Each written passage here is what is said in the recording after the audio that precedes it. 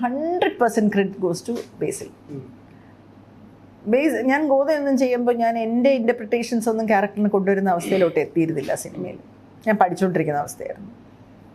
എൻ്റെ അമ്മയാണ്, ബേസിലിൻ്റെ അമ്മയാണ് ഞാൻ പ്ലേ ചെയ്യുന്നതെന്ന് പറഞ്ഞ് ബേസിൽ ഒരു ചിരി പോലും ബേസിൽ അറിയായിരുന്നു. തേച്ചുകൊണ്ട് വയ്ക്കുമ്പോൾ ചെറിയ ചിരി പോലും ഇത്രേ ചിരിക്കാവൂ അത്രേ ചിരിക്കാവൂ എന്ന് പറഞ്ഞ് ഞാൻ അങ്ങനെ ചെയ്ത ഒരു ക്യാരക്ടർ. കുറച്ച് കഴിയുമ്പോൾ എനിക്ക് കിട്ടി. മറ്റേ ടീച്ചർ എവിടെ നിങ്ങളുടെ ശിഷ്യൻ എന്നൊക്കെ ചോദിക്കുന്നിടത്ത് എനിക്ക് ആ ക്യാരക്ടർ കിട്ടി. പക്ഷെ ബേസിൽ ടോട്ടൽ ഞാൻ ഭയങ്കര റെസ്പെക്റ്റ് ചെയ്യുന്ന ഒരാളാണ് ബേസിൽ. നല്ല ആക്ടറുമാണ്, നല്ല ആക്ടർ ട്രെയിനറുമാണ്, നല്ല ഡയറക്ടറുമാണ്. ഒരുപാട് പേരുണ്ട് കേട്ടോ. അമൽ നീരദിനോട് വർക്ക് ചെയ്യാൻ എന്ത് രസമായിരുന്നു. ഞാൻ ഭീഷ്മപർവ്വം ചെയ്ത് ഞാൻ ഭയങ്കര രസിച്ച ഒരു ക്യാരക്ടർ. അങ്ങനെ നോക്കുകയാണെങ്കിൽ മോളിയുടെ ക്യാരക്ടറും കുറച്ച് മെമ്മറബിൾ ആണ്. എനിക്കത് ഞാൻ അങ്ങനെ ചോദിച്ചാൽ നിങ്ങൾ ഏതാണ് ഇഷ്ടപ്പെട്ടതെന്ന് വെച്ചാൽ മോളി നല്ല രസമായിരുന്നു. മുറ ഞാൻ ചെയ്യുന്നതിൽ ഏറ്റവും ചലഞ്ചിങ് റോളാണ്. മോളി രസിച്ച് ചെയ്തത്, എല്ലാ മൊമെന്റും ഞാൻ രസിച്ച്. ഇപ്പം ബേസിലേക്ക് സെറ്റ് എന്ന് പറഞ്ഞാൽ സ്വർഗമാണ്. സ്വർഗം താണിറങ്ങി വന്നതോ എന്ന്. ബേസിലൊക്കെ ഒരു കാസ്റ്റിംഗ് പോലും അതെങ്ങനെയാണ് ആ കാസ്റ്റിംഗ് നടന്നത്, ആരാ അത് കാസ്റ്റ് ചെയ്തത്, എങ്ങനെയാണ് അവരവിടെ വന്നത് എന്ന് ചോദിക്കാതെ കാസ്റ്റ് ചെയ്യത്ത പോലുമില്ല. I respect him so much. അതുപോലെ 100 പേരെ നമുക്ക് കാണാം. വിനീതിൻ്റെ സെറ്റിലൊക്കെ വിനീത് പറയുമെന്ന് പറയും. എന്തെങ്കിലും ഒരു കഥ ആരെങ്കിലും കുറിച്ചുണ്ടായിട്ടുണ്ടെങ്കിൽ അപ്പം സ്പോട്ടിൽ പറഞ്ഞു വിടുന്നു, ഏത് പുരുഷനാണെങ്കിലും. ഇനി തിരിച്ച് തിയേറ്ററിലേക്കൊരു യാത്ര ഉണ്ടോ, അല്ലെങ്കിൽ ഇപ്പോഴും തിയേറ്റർ ചെയ്യും? അത് ഞാൻ ജ്യോതിഷ് വിളിച്ചാൽ ഞാൻ പോയി ചെയ്യും. ജ്യോതിഷം കേരളനായിട്ട് പഠിപ്പിക്കുക. അല്ലാണ്ടുള്ള ഇവിടുത്തെ ഒരു തിയേറ്റർ എക്കോസിസ്റ്റം എങ്ങനെയാണ് ഇപ്പോൾ ഇതുവരെ പ്രാക്ടീസ് ചെയ്തതിൽ? പണ്ടത്തെ പോലെ KPSC കലാഭവനോ അപ്പോൾ അങ്ങനെ ഒരു ഫോർഫ്രണ്ടിലില്ല. അപ്പോൾ എങ്ങനെയാണ് ആ ഒരു തിയേറ്റർ? എന്നെ അങ്ങനെ ആരും തിയേറ്റർ ചെയ്യാനായിട്ട് വിളിച്ചിട്ടില്ല. എന്ന് വെച്ചാൽ അവർക്ക് ഒരു പ്രാക്ടീസ് ഒരു വർഷം ചെയ്ത ഒരു വർഷം അവരുടെ കൂടെ നടന്ന് ഞാൻ സിനിമ വർക്ക് ചെയ്യണ്ടേ. അപ്പോൾ അവർക്ക് എന്നെപ്പോലെ ഒരാളെ വിളിക്കുന്നത് ബുദ്ധിമുട്ടായിരിക്കും. അത് എന്നെ ഇതുവരെ അങ്ങനെ വിളിച്ചിട്ടില്ല. അങ്ങനെ എപ്പോഴും സിനിമ നാടകം നമുക്ക് ചെയ്യാൻ പറ്റിയാൽ ഭയങ്കര നല്ലതാണ്. കൂടുതൽ ഇഷ്ടം ചെയ്യാൻ നാടകമാണ് അല്ലെങ്കിൽ നാടകം എന്ന് വെച്ചാൽ ഒരു കണ്ടിന്യൂറ്റി ഉണ്ടല്ലോ ആ സിനിമ. അത് ആ emotion scene by scene linear ആയിട്ട് അതിങ്ങനെ പോയി തീരില്ലേ. അത് നമുക്കൊരു അതിനകത്ത് നിൽക്കാൻ പറ്റും. മറ്റേത് നമ്മൾ 3 ദിവസം അഭിനയിച്ച് കഴിയുമ്പോഴത്തേക്ക് കണ്ടിന്യൂറ്റി ബ്രേക്ക്, മഴ ഓരോ മാസം കഴിഞ്ഞ് വരും വന്ന് പിന്നെ അതിനകത്ത് കയറി അല്ലെങ്കിൽ അങ്ങനെയല്ലേ എടുക്കുന്നത്. ഞാനങ്ങനെ ഭയങ്കര നല്ല നടിയൊന്നുമല്ല. നമ്മൾ ഓക്കെ വരും, ഞാൻ അഭിനയിച്ച് പഠിച്ചുകൊണ്ടിരിക്കുക വരും. പക്ഷെ ഇപ്പോൾ വേറെ ഭാഷകളൊക്കെ ചെയ്തല്ലോ. വീരധീര ശൂരൻ ചെയ്തു, ചിയാൻ വിക്രമിൻ്റെ കൂടെ. Such A beautiful experience working with Arun sir. ഭയങ്കര ബഹുമാനം. മുസ്തഫയുടെ കൂടെ വർക്ക് ചെയ്തിട്ട് പിന്നെ വർക്ക് ചെയ്യാൻ പറ്റിയ അരുൺ സാറിൻ്റെ കൂടെ, ചിത്തയുടെ ഡയറക്ടർ. ഫാന്റാസ്റ്റിക് എക്സ്പീരിയൻസ് ആയിരുന്നു. രേവതി മാമിൻ്റെ കൂടെ ഹിന്ദി സിനിമ സലാം എനിക്ക് ചെയ്ത നല്ല എക്സ്പീരിയൻസ് ആയിരുന്നു. അമ്മു എന്ന് പറഞ്ഞൊരു തെലുങ്ക് പടം, 2-3 തെലുങ്ക് പടം ചെയ്തു ഞാൻ. അത് നാനിയുടെ കൂടെ വർക്ക് ചെയ്യുന്ന ഭയങ്കര നല്ല എക്സ്പീരിയൻസ് ആയിരുന്നു. ഞാൻ അങ്ങനെ നോക്കുമ്പോൾ കുറേ തമിഴ് പടം ചെയ്തതൊക്കെ ഭയങ്കര രസമുള്ള. അശ്വിൻ ശരവണൻ്റെ കൂടെ ഗെയിം ഓവർ ചെയ്തത് ഭയങ്കര നല്ല എക്സ്പീരിയൻസ് ആയിരുന്നു. നല്ല ഇപ്പോൾ അശ്വിൻ സാറിനെ വർക്ക് ചെയ്ത് കഴിഞ്ഞാൽ ഞാൻ അരുൺ സാറിനോട് പറയരുത്, sir it's like working with Ashwin സാറിന്. You know Ashwin? ഞാൻ sir I worked in Game Over. Oh you worked in Game Over, he's my friend എന്ന്. അതുപോലെ നല്ലൊരു വെബ് സീരീസ് ചെയ്ത് വെച്ചിട്ടുണ്ട് ഞാൻ, നിശാന്ത് കലൈന്തി എന്ന് പറഞ്ഞ അദ്ദേഹത്തിൻ്റെ കൂടെ. അദ്ദേഹം ഈ കടസിയിലെ ബിരിയാണിയുടെ ഡയറക്ടർ. പിന്നെ കുറേ നല്ല വർക്ക് വെളിയിൽ നിന്ന് വരുന്നുണ്ട്. എനിക്കൊന്ന് മലയാളത്തിനെക്കാട്ടി കൂടുതൽ എന്നെ വിളിക്കുന്നത് തമിഴ് ഡയറക്ടേഴ്സാണ്. ഇപ്പം അങ്ങനത്തെ ഒരു ബാരിയർ ഇല്ലല്ലോ മലയാളം തെലുങ്ക്. ഇല്ല, കുറേ സിനിമ നമുക്ക് വെളിയിൽ നിന്ന്. ഇപ്പോൾ തെലുങ്കിൻ്റെ ഒരു കോൾ ഇപ്പോൾ വന്നിരിക്കും. എനിക്ക് കുറച്ച് വിസ്ലിംഗ് ബൂട്ട്സിലൊക്കെ പഠിച്ച ഒരു ഡയറക്ടർ. അങ്ങനെ കുറേ കാസ്റ്റിംഗ് വരുന്നത് വെളിയിൽ നിന്ന്. അപ്പോൾ ഇവിടുത്തെ നമുക്ക് കുറേ വിലക്കുകളൊക്കെ, നമ്മുടെ പേഴ്സണാലിറ്റി, വ്യക്തിത്വം, കുഴപ്പക്കാരി, അഭിപ്രായം പറയുന്ന സ്ത്രീ, മെനക്കേട്, അവരെ വിളിക്കരുത്, ഇങ്ങനെയുള്ള കാര്യങ്ങളിൽ നിന്നെല്ലാം നമുക്കൊരു വിടുതല വരുന്നത് നമുക്ക് വെളിയിൽ നിന്ന് കോൾസ് വരുമ്പോൾ. അവിടെ പോയി 2 സിനിമ ചെയ്ത് കഴിഞ്ഞാൽ ഇവിടെ കുറേ കോൾ വരും. പിന്നെ നമുക്ക് തിരിച്ച് അവിടെ പോയി 2 കോൾ ചെയ്തു. പക്ഷെ അവിടെ ഇങ്ങനെ WCC പോലത്തെ ഒരു ഫ്രെയിം വർക്ക് അവിടെ ഉണ്ടായിട്ടുണ്ടോ? അവിടെയും പ്രശ്നങ്ങളുണ്ടാവില്ല? അവിടെ എന്തോ രോഹിണി മാമിൻ്റെ നേതൃത്വത്തിൽ എന്തോ തമിഴിൽ ഉണ്ടാകുന്നതെന്ന് കേട്ടു. സിനിമ കുറേ കൂടെ ഭയങ്കര പ്രൊഫഷണലാണ്. അവിടെ അങ്ങനെ പ്രശ്നമൊന്നും ഇല്ല, ഞാൻ അനുഭവിച്ചിട്ടില്ല. ഈ പുറത്തുനിന്നുള്ള അവസരങ്ങൾ കൂടിയപ്പോഴാണോ ഈ ഹാപ്പി സർദാറിന് ശേഷമുള്ള ഡ്രോട്ട് ഇവിടെ ഓവർകം ചെയ്യാൻ പറ്റിയത്? തീർച്ചയായിട്ടും ഭയങ്കര പ്രശ്നമായിരുന്നു.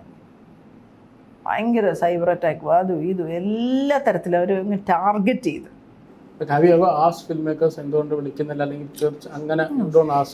Because no, I don't. എങ്ങനെ ചോദിക്കാൻ പറ്റും? ഇതൊരു ക്രിയേറ്റീവ് സ്പേസ് ആണ്. ഇല്ലല്ല, ഞാൻ അല്ലാതെ ചോദിക്കുന്ന കഥാപാത്രങ്ങൾ ഇപ്പോൾ വർക്ക് ചെയ്യാൻ ആഗ്രഹമുണ്ട്, അങ്ങനെ പറയാം, അങ്ങനെ ഉണ്ടോ എപ്പോഴെങ്കിലും ചാൻസ് ചോദിക്കുന്ന രീതി? ഇല്ല, ഞാൻ ചോദിക്കാറില്ല. കാരണം എന്ന് വെച്ചാൽ അവർക്ക് എല്ലാവർക്കും ഞാൻ എൻ്റെ ഒരു കഴിവ്, ഞാൻ ആരാണ്, എൻ്റെ രൂപം എല്ലാം അവർക്ക് അറിയാം. അവർക്ക് ആവശ്യമുണ്ടെങ്കിൽ എന്നെ വിളിക്കും. ഇപ്പം നിസാം ബഷീർ എന്ന് പറയുന്ന ഒരാൾ നല്ല അവൻ്റെ കെട്ടിയോളാരുടെ മാലയിൽ ഒരു ഡോക്ടറിൻ്റെ വേഷത്തിന് ഒരു ദിവസം കാസ്റ്റ് ചെയ്ത് മഴയായിരുന്നു, തിരിച്ചു പറഞ്ഞു വിട്ടിട്ട് പിന്നെയും 1 മാസം കഴിഞ്ഞ് വീണ്ടും വിളിച്ച് അതേ റോൾ എന്നെ കൊണ്ട് ചെയ്യിപ്പിച്ചു. അപ്പോൾ അവർക്ക് ആവശ്യമുണ്ടെങ്കിൽ എന്നെ വിളിക്കും. അപ്പം ഞാൻ ആഗ്രഹിക്കുന്നത്, എനിക്കിഷ്ടമുള്ള കുറേ സംവിധായകരുടെ ലിസ്റ്റ് എഴുതി വെച്ചിട്ടുണ്ട്. ദൈവമേ ഇവർക്കൊക്കെ എന്നെ പോലെ ഒരു ക്യാരക്ടറിനെ ആവശ്യം വരണേ എന്ന് ഞാൻ മനസ്സിൽ പ്രാർത്ഥിക്കും. അല്ലാതെ ചോദിക്കുന്നത് തെറ്റല്ലേ? കാരണം കാസ്റ്റിംഗ് എന്ന് പറയുന്നത് ഇത്ര ഫ്രീ ആയിട്ട് ചെയ്യേണ്ട ഒരു കാര്യമാണ്. ആൾക്കാരുടെ മുഖം ഒരാളുടെ ഫ്രണ്ട്ഷിപ്പിൻ്റെ പേരിലൊന്നും കൊടുക്കാൻ പാടില്ല. ഇപ്പോൾ for example FIR Manu Anand work ചെയ്തു. മനുവിൻ്റെ അടുത്ത പടം മിസ്റ്റർ എക്സിൽ എനിക്കൊരു ക്യാരക്ടർ എനിക്ക് വേണ്ടി എഴുതി. അപ്പം ഞാനത് മനു അയച്ചതപ്പോൾ ഞാൻ ചോദിച്ചു, മനു ഇത് എനിക്ക് വേണ്ടി എഴുതിയതാണോ? ആ ചേച്ചി. ഞാൻ പറഞ്ഞു ഞാൻ വരില്ല എന്ന്. അങ്ങനെ എഴുതേണ്ട ആവശ്യമൊന്നുമില്ല ഒരു ക്യാരക്ടറിന് വേണ്ടി.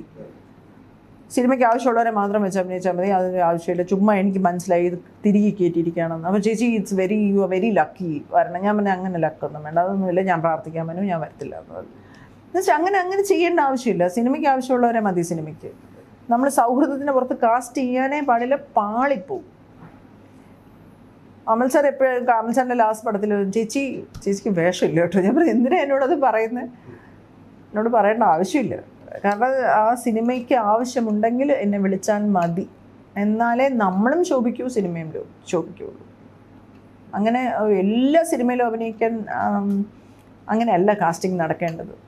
നമ്മളെയും മടുക്കും, അവരെയും മടുക്കും. നമുക്ക് ചേരാത്തൊരു കഥാപാത്രം നമ്മൾ ചെയ്തോ ആൾക്കാർക്ക് നമ്മളെയോട് ഭയങ്കര അരോചകമായിട്ട് തോന്നും. അപ്പോൾ കാസ്റ്റിംഗ് പക്കയാണെങ്കിൽ മാത്രമേ, അതാണ് ഈ മഞ്ഞുമൽ ബോയ്സ്, ആവേശമൊക്കെ നമുക്ക് ഭയങ്കര ഇഷ്ടപ്പെടുന്നതെന്ന് വെച്ചാൽ കാസ്റ്റിംഗ് പക്കയാണ്.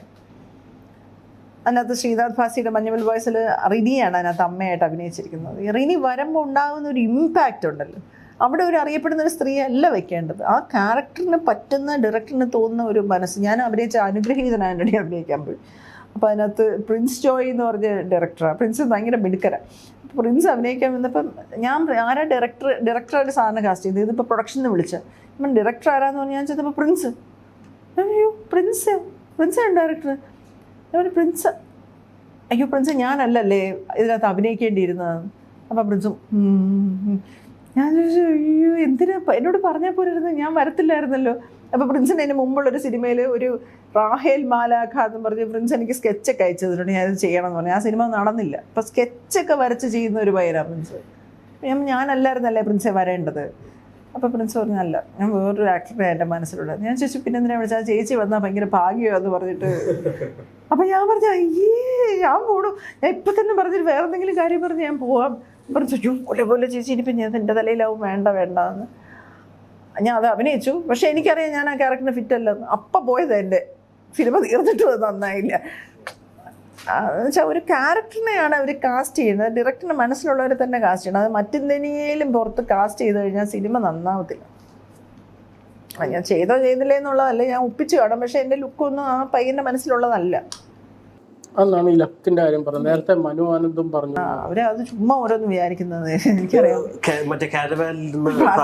ആയിരിക്കും, എനിക്കറിയാൻ വയ്യ. അങ്ങനെ പറയും ചിലർ. കാരവാനിലിരുന്ന് പ്രാർത്ഥിക്കോ? പ്രാർത്ഥിക്കും. കാരവാനിൽ എപ്പോഴും പ്രാർത്ഥിക്കും.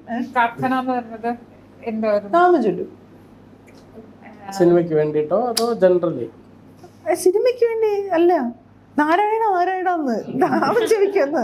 ഹരേ രാമ ഹരേ രാമ രാമ രാമ ഹരേ ഹരേ എന്ന് ചെല്ലുന്നത് അത് സിനിമയ്ക്ക് വേണ്ടി ചെയ്യുന്നതല്ല, അത് എൻ്റെ ശീലമാണ്. രാവിലെ എണീറ്റ് രാത്രി വരെ ചൊല്ലും. ഈ ശ്രീനാരായണ ഗുരുവിന്റെ ഫോളോവർ ഒക്കെ ആയിരുന്നു. അവിടെ നിന്ന് കമ്മ്യൂണിസ്റ്റ് ആയിരുന്നു ഇടയ്ക്ക്. കമ്മ്യൂണിസ്റ്റ് SFIയിലായിരുന്നപ്പോൾ ദേവി പ്രാർത്ഥനയിൽ നിന്നൊന്നും ഒരിക്കലും വ്യതിചലിച്ചിട്ടില്ല. എന്നെ വലിച്ചു വളർത്തിയതാ എന്നെ. എൻ്റെ അച്ഛനച്ഛൻ വളർത്തിയതാ എന്നെ. ഞങ്ങളെ കുട്ടിക്കാലം മുതലേ നാമം ജപിച്ചും പ്രാർത്ഥിച്ചും തന്നെ വളർത്തിയ ഒരു ജീവനാണ്. ഭയങ്കരമായിട്ട് പ്രാർത്ഥിക്കുന്ന ഒരാളാണ് ഞാൻ. വളരെയധികം പ്രാർത്ഥിക്കുന്ന ഒരാൾ. ദേവി സ്തുതിയൊക്കെ എഴുതിയിട്ടില്ലേ ഞാൻ?